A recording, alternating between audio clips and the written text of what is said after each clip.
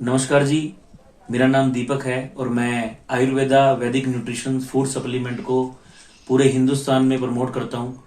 और हम healthy India wealthy India के मिशन को प्रमोट कर रहे हैं गांव गांव घर घर में जाके। तो आज हम बिंदरी गांव में आए हैं। अंकल जी को हमने कुछ समय पहले ये अपना न्यूट्रिशन प्रोडक्ट दिया था, तो जानते हैं इनके फायदे क्या हुए अंकल को। अगली आवाज हमारे अंकल जी की। क्या नाम है जी आपका? मेरा नाम सूर्य सिंह है जी जी जी और मेरे पहले छाती में दर्द था। जी। अब मैं इस दवाखाने से छाती का दर्द ठीक हो गया। सांस लेने में प्रॉब्लम थी, अब सांस भी ठीक लिया जाता है। मैं चढ़ाई नहीं चढ़ पाता था, अब चढ़ाई भी चढ़ लेता हूँ। अच्छा जी। और रात को खंकार क्या कहते हैं, खराटे। खराटे मारता था, वो भी कम हो गए। अच्छा अच्छा। तो कितना तो आपका पहले वजन कितना था इसमें? मेरा वजन पहले 91 केजी था, अब जो है 85 केजी रह गया। यानी 6 किलो वजन कम हो गया वजन अंकल कम हो का। गया।